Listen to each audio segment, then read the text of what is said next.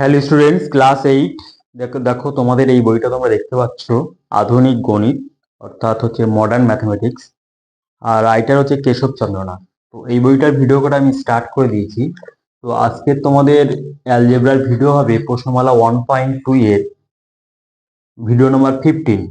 তো আমি তোমাদের টার্গেট করেছি যে পুরো এই টোটাল বইটার ভিডিও তৈরি করে দেবো। তো তাহলে তোমরা ইউটিউব ভিডিওর মাধ্যমে মানে কেশবচন্দ্র নাগের বইয়ের অঙ্ক শিখতে পারবে এইভাবে। আর এবং এই অঙ্কগুলো করলে তোমাদের অঙ্কের বেসিক একদম স্ট্রং হয়ে যাবে। ওকে, তো আজকে দেখো যে 25 নম্বর অঙ্ক, যে লেখা আছে কোন রাশিকে 2xyz দ্বারা গুণ করলে গুণফল 6x² yz plus 4y² minus 8xyz² হয়। তাহলে এখানে হচ্ছে কনসেপশনটা এরকম হবে, ধরো 3 এর সাথে 4 গুণ করলে এখানে 12 হয়। তাহলে এখানে দেখো 3 এই রাশিমালাটা নেই, তাহলে 3 এর সাথে এখানে ড্যাশ, ধরো এখানে ড্যাশ আছে, তাহলে এই ড্যাশের সাথে কত গুণ করে, এখানে 4 গুণ করলে এখানে হচ্ছে 12 হয়। তাহলে গুণফল হবে 12। তার মানে এই রাশিমালাটা পেতে গেলে কি করতে হবে, এই 12কে 4 দিয়ে ভাগ করতে হবে। তার মানে এই যে গুণফল আছে, এই গুণফলকে এই রাশিমালা দিয়ে ভাগ করতে হবে। তাহলে এইভাবে কনসেপশনটা নিতে হবে। তাহলে লিখতে হবে প্রশ্নানুসারে প্রশ্নানুসারে 6x² yz plus 4xy² minus 8xyz², এটাকে ডিভিশন করতে হবে 2xyz দ্বারা। তাহলে ডিভিশন করার জন্য প্রথমে তাহলে এইভাবে লিখবো, তারপরে কি করব, লব হর আকারে লিখবো, অর্থাৎ নিউমিনেটর ডিনোমিনেটর ফর্মে লিখবো 8xyz² ডিভাইডেড বাই 2xyz। এবার প্রত্যেকটার নিচে নিচে লিখবো, এইভাবে আমরা কাটবো না। তাহলে 6x² yz divided by 2xyz minus 4xy² divided by 2xyz। এখানে প্লাস আছে, দেখুন মাঝখানে প্লাস আছে, এখানে minus 8xyz² divided by 2xyz। তাহলে এখানে কাটাকাটি করলে কি হবে, 2 3 6, জেড জেড কাটা, ওয়াই ওয়াই কাটা, এক্স, এখানে এক্স হবে, 2 2 4 হবে, এখানে এক্স এক্স কাটা, এখানে ওয়াই, এখানে দুটো আছে, এখানে ওয়াই পড়ে থাকবে, জেড জেড কাটা, 2 4 8, এক্স এক্স কাটা, ওয়াই ওয়াই কাটা, এখানে জেড, এখানে দুটো, তাহলে এখানে একটা পড়ে থাকবে 4z।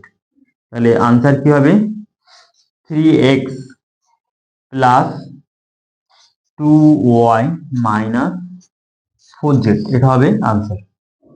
দেখো আনসারে তাই আছে 25, 1.2 এর 25।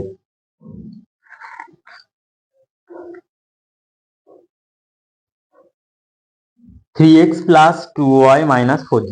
তাহলে এইভাবে অঙ্কটা তোমাদের সলভ করতে হবে। এরপরে দেখো দ্বিতীয় অঙ্ক।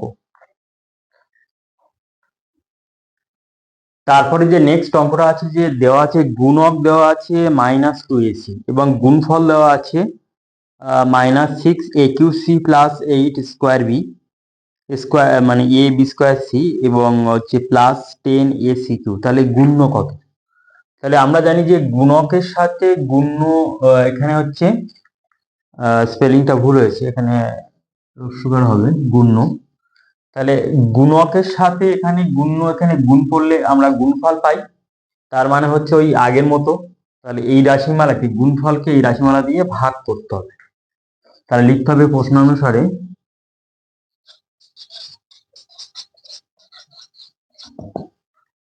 -6aqc plus 8ab² plus 10ac Q, এই রাশিমালাকে ভাগ করতে হবে, ভাগ -2ac দ্বারা ভাগ করতে হবে, ইকুয়াল টু, তাহলে ডিভাইডেড বাই আকারে লিখতে হবে -6aqc plus 8a b square c plus 10a c cube divided by -2ac।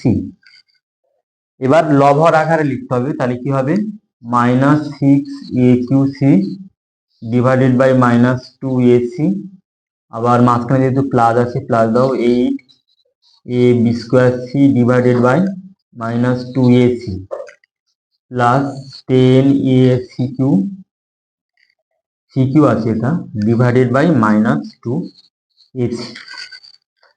এবার দেখো এই 2 3 6 হবে, মাইনাস মাইনাস কাটা যাবে, এখানে এ স্কোয়ার, এখানে সি সি কাটা, আর এখানে 2 4 8, আর এখানে এ কাটা যাবে, এখানে সি সি কাটা যাবে, আর এখানে 2 5 10, এ কাটা যাবে, সি এখানে সি কিউ, এখানে সি স্কোয়ার থাকবে।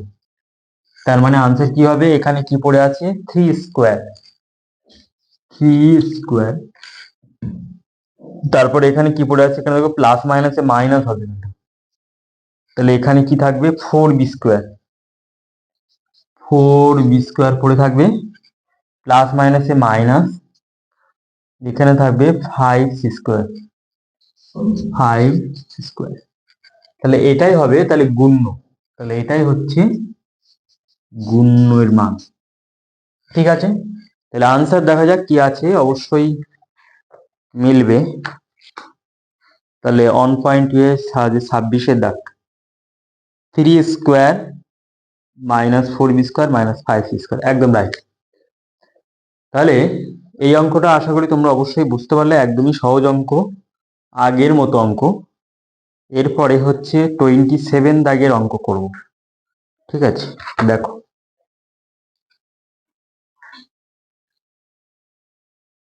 27 দাগের অঙ্ক এর পরে ভিডিওতে করব, তোমাদের ভিডিও নাম্বার 15 এই পর্যন্ত থাকবে।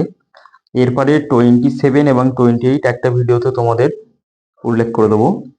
তো এরপরে ভিডিওর জন্য মানে 16 নাম্বার ভিডিও হবে এরপরে, অবশ্যই চ্যানেলটাকে অবশ্যই সাবস্ক্রাইব করে রাখবে এবং পাশে থাকা অল নোটিফিকেশন অন করে রাখবে।